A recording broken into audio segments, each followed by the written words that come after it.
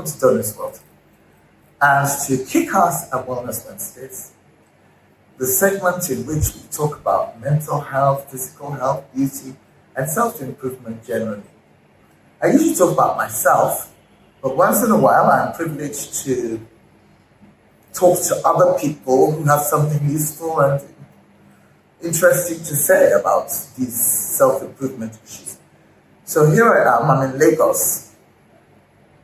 I came here for the festive season to take a break from Abuja, where I normally live, or London, where I normally am. I'm in Lagos for a while, and I'm here with Owen, an old friend from our teenage years. So she has an Instagram account. Yes. Or channel, I don't know what you call these things. I'm not Gen Z. Instagram page, I think.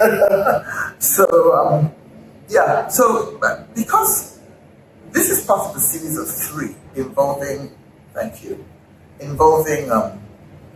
Owen. And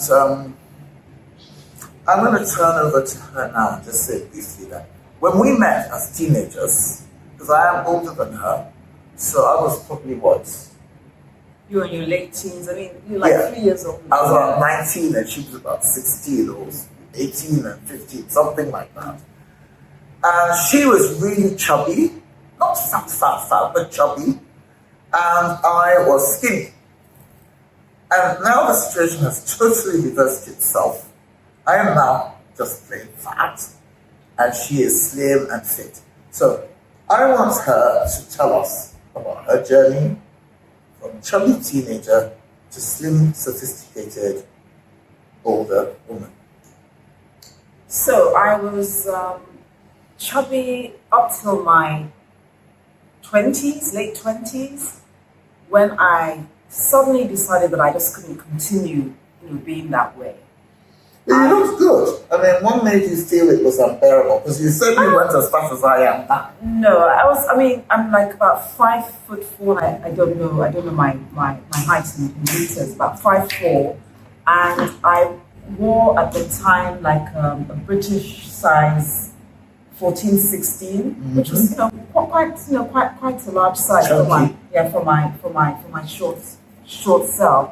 And I was also beginning to feel very depressed. My skin, wasn't very clear. I had quite a few pimples, and I was very lethargic. And I just thought, I just couldn't continue like this. And at the time, I didn't actually realize how if I didn't, start to think more about my weight and health, I probably would have been on the trajectory for type 2 diabetes. So anyway, in my late 20s, I decided I had to, become more intentional. I decided to, change the way I ate.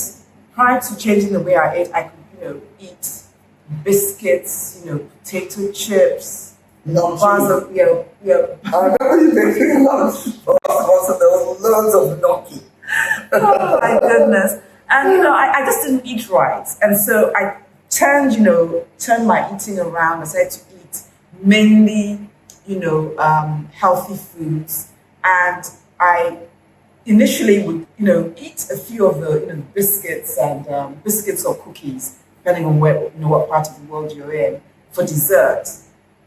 And the weight just started to drop off. And I started to exercise, but not very much. I didn't get seriously into exercise until my late 30s, early 40s.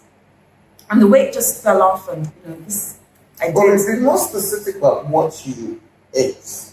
Before I lost weight, No, you said before you lost weight, eating loads of carbs and sugary things. Yeah. Okay, so what was the tipping point? What was the turning point? What diets did you follow? I didn't follow any diet. I started to eat mainly healthy foods. So mainly healthy foods, meaning I always had, like maybe half of my plate with, a mixture of vegetables. And I would have a piece of meat or fish. I would have potatoes, roasted potatoes, boiled potatoes. Sometimes I would have a salad. I would have rice. I would have, when quinoa became popular, I would have quinoa. So I started to eat, mainly healthy foods. And after eating a healthy meal, if I wanted something sweet, rather than eating a whole packet of biscuits, I would eat just a couple and I would be fine. So it was like a mental reset as It much was. as anything It else. was, yes. Okay, so how did that mental reset happen? Is And it like like, I said- did you brainwash yourself to keep on reaffirming certain thoughts and beliefs about being healthy, or was it a natural process? Like I said, I was in my late 20s. I wasn't happy. I was fat. I was lethargic. And it just didn't seem right. And, at the time, I don't remember, I don't remember what diets were popular at the time because I didn't use a diet. I just knew that I wasn't eating right. Okay. And I had a few friends who ate well, and they would have, the biscuits, but they would have just small portions. So I started to, eat, similar to the way they ate. So I never did any of those, I think at one time, maybe in my 30s or 40s, the Atkins diet, which is very similar to the keto diet, which is like a low carb, high protein, was quite popular. Never did any of those. And another thing that actually, key thing for me as well was I would eat, that famous saying, eat breakfast like a king, lunch like a prince, and dinner like a pauper. I tweaked it slightly. I ate more at lunch than I did at breakfast. I ate breakfast like a prince, lunch as a king, and dinner as a pauper. I was particularly careful with what I ate at night time. And I typically am, super cautious with carbs after 4. Are you going to share a photograph with us of your what you were like? What I was like, yeah. Okay, fine. And by the way, I don't have pictures that showed how big I got because after a while I didn't allow pictures of me to be taken. But I do have pictures that show that I was a lot bigger than I am now. Well, how old are you now? 61. So I think it's safe to say that you're actually healthier now than you were when you were. Oh, for sure. Because much healthier now than I was when I was in my late 20s. When I was 27, 28. Yeah. So. And I also exercise as well. I was just going to say, in addition to taking better care of your diet, you also started. I was quite taken aback because we had quite a long period when we didn't see each other. And then when we were reunited in Abuja, and we were both living in the hotel, you used to go to the gym almost every day. Yeah. I was really taken aback because that wasn't how you were before. No. Okay. No. So with exercise, I've done different things. There was a time when I exercised every day. There was a time when I exercised 3 days a week. Now I exercise 5 days, Monday to Friday. Saturday, Sunday, I rest. Okay, so what exercise do you do now? It's easy in a hotel because there's a gym, there's a swimming pool. I do mainly weights. Okay. And I think, weights are very, very important, for, keeping your... strength training. Yeah, strength training for keeping your muscles, intact and all of that. Because, this body of ours, it just disintegrates if you don't... Tell me about it. I actually have neglected my body into a situation where, honestly, I'm practically immobile, almost disabled. It's so out of shape. I'm surprised I'm still alive, to be honest with you. But you can change. You can. I am working on it. That's the whole point of this channel. 2 steps forward, 1 step back, but we're moving forward. So tell me, you've written a book.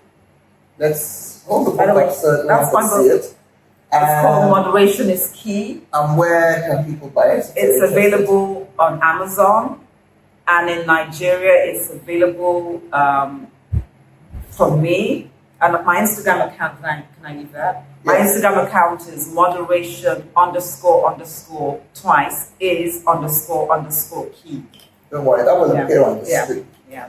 Okay, so moderation is key. That kind of speaks for itself. Yeah. So what you're saying is don't go for all the extremes. No. As you know, I'm a fan of fasting. Not that I ever sustained it for long. But I see the thing about the reason why I truly believe that moderation is key is when we go on these crash diets where you don't eat this, you don't eat that, you will lose weight, but for how long? The weight is often not sustainable, and more often than not, when you put on weight, when you start to put on weight, you put on more than you lost.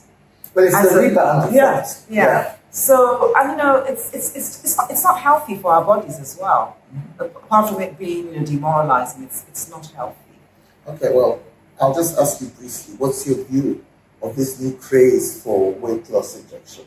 Mounjaro, I'm Ozempic? totally against it Mm-hmm. because You know it can be done yeah, naturally. it can be done naturally. It will take longer, but I mean, I lost weight in my late 20s, and I'm 61 now. So All right, so you're, in fact, just repeat what you said about weight loss injections in a neat way. I'm opposed to weight loss injections because I believe that a lot of them have side effects. And the thing about losing weight intentionally by,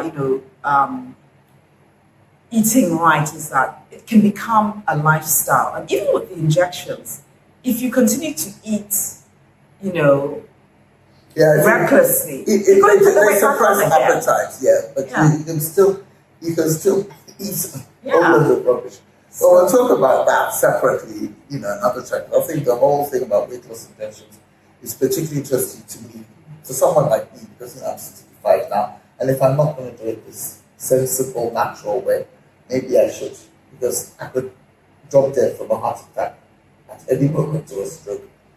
So, all right, I know that one of your things is that healthiness should be a holistic lifestyle thing. So, could you just give us quickly an example of a typical Owen day in terms of diet and exercise? What do you eat and what do you do? Okay. So for the last year, I would say I wake up in the morning. I always have a glass of water, drink water. After my quiet time, praying and all of that. On a Monday to Friday, I exercise and With weights, you with said. weights primarily. Because And you look excellent for somebody of your age. yeah. So I think it's very fair to describe it as a role model that people should aspire. Thank you. Okay? So I exercise, and my exercise routine lasts for 45 minutes to an hour. On one day, I do legs, my abs. Another day, I will do my arms, my biceps, and my back. On another day, I will do my triceps. Can you tell me? Okay. I do the way I exercise with the weights. It's almost like what do they call that kind of exercise? But it gets your heart It pumping. gets my heart pumping. I'm trying to think of the term they use. In Is it aerobic? No, not aerobic. If I remember it, I'll tell you so you can write it down here. Yeah. So then on another day, I do my abs 3 times a week, and I do my legs 3 times a week. My triceps once a week, back once a week, biceps once a week. Okay, And so what do you have for breakfast? For breakfast, depending on how hard I've exercised, I'll eat. First of all, I try to start off with a glass of vegetable juice, and then I'll go on to a small bowl of fruit, which is usually what's in season. And then, depending on where I am in the world, if I'm in Nigeria, like this morning, I had egg whites, and I only eat egg whites not for health reasons. I don't like the smell of egg yolks. I don't eat egg yolks. I had egg whites, some chicken, and like a vegetable soup. Basically a tomato-based soup with greens, spinach or whatever, kale or whatever, or pumpkin leaves or whatever in it. And then rather than have bread, I had plantain, small portion of plantain chips. And then for lunch, I had half ripe plantains boiled with some beans cooked in a tomato sauce and some more vegetables. I'm very big on vegetables. They're very filling. They're high in fiber. You cannot, in my opinion, you need them to, be full and lose weight. And they're quite Sure. tasty. Sure. And then this evening we're going out to dinner with some old friends that we used to hang out with in the UK. It's like a seafood. It's going to be lots of seafood. Lots of seafood. Yeah, that's what we were promised. Nice salads as well, I'm sure, because we know our host. So that's a typical day for me. Typically I don't eat after about 5:36, but the exceptions to the rule.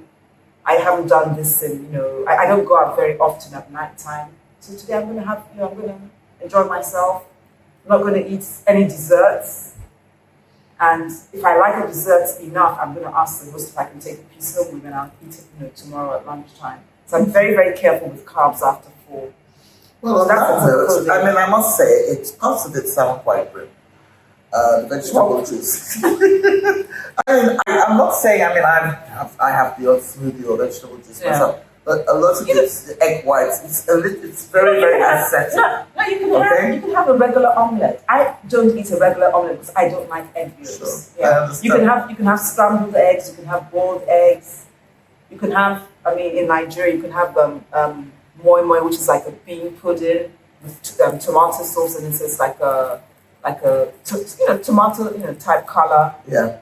And eat it with pap, which is made out of can be made out of millet or corn or guinea corn. It's healthy, but it's tasty. Sure. Tasty food can be. Healthy food can be tasty. Okay. Well, but we are going out tonight. Yeah. So I shall make sure that you're going to be watching my plate. I'll be watching your plates to make sure that you don't just sit there with just like one strawberry and one prawn. Oh no! I eat. No, but jokes apart, I've seen you. We used to live in the same hotel, and I've seen you eat very normal meals. And so that's it. Moderation is key, and enjoyment is sometimes necessary. Moderation, not deprivation.